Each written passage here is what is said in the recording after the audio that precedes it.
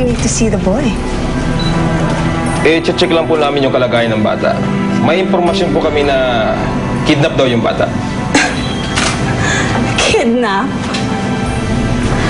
Alam niyo po, kasama niya ang tatay at lola niya sa loob. At kahit silipin niyo siya, hindi siya mukhang na-kidnap. Pwede ba po naming makita yung bata? Sure. Ilan ba kayo? 3 kami. Sila pwede. Pero kayo, hindi. After 5 years, ngayon mo lang naisipang hanapin ang anak mo? Kung sa bagay, this is her desperate attempt to save your career. Sabihin mo na kung anong gusto mong sabihin.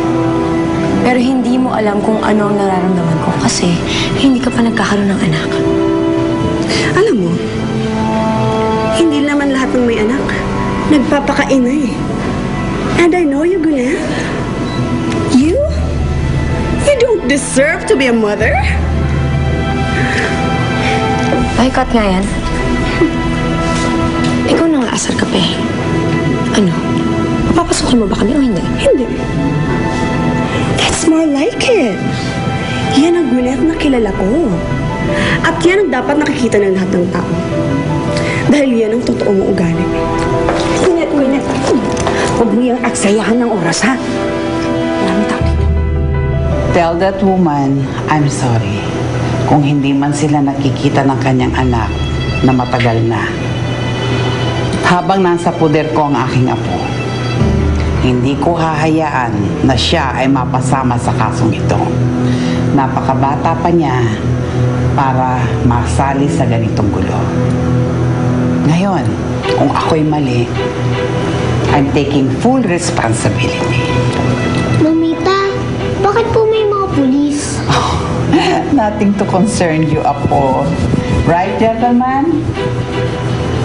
Sige po, ma'am. Mauna na po kami.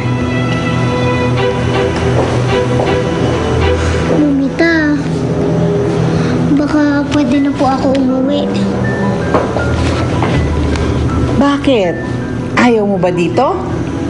Mamita, hindi naman po sa ayaw eh. Kasi po naghihintay na po si nanay dun eh. Then, I will call Borgs para tawagan ang nanay mo. Sige po. Hindi yun ako yung bata. Wala ba kayong magawa? I'm so sorry, ma'am. Sinusunod lang namin yung procedure. At sa nakita ko sa bata, mukhang okay naman siya sa lola niya. Ay, kawawa naman ang bida. Hindi pa nakakita yung anak niya. Ano kaya susunod na mangyayari? Abangan. Let's go. Kukunin ang kaso natin laban. Hindi ako papayag. Babalik tayo sa presinto. Kausapin mo siya. Takutin mo kung kailangan.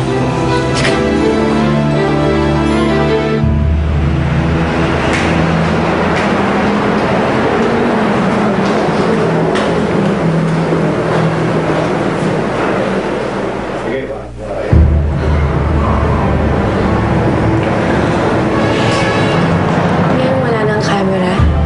Mag-usap tayo. Babae sa babae.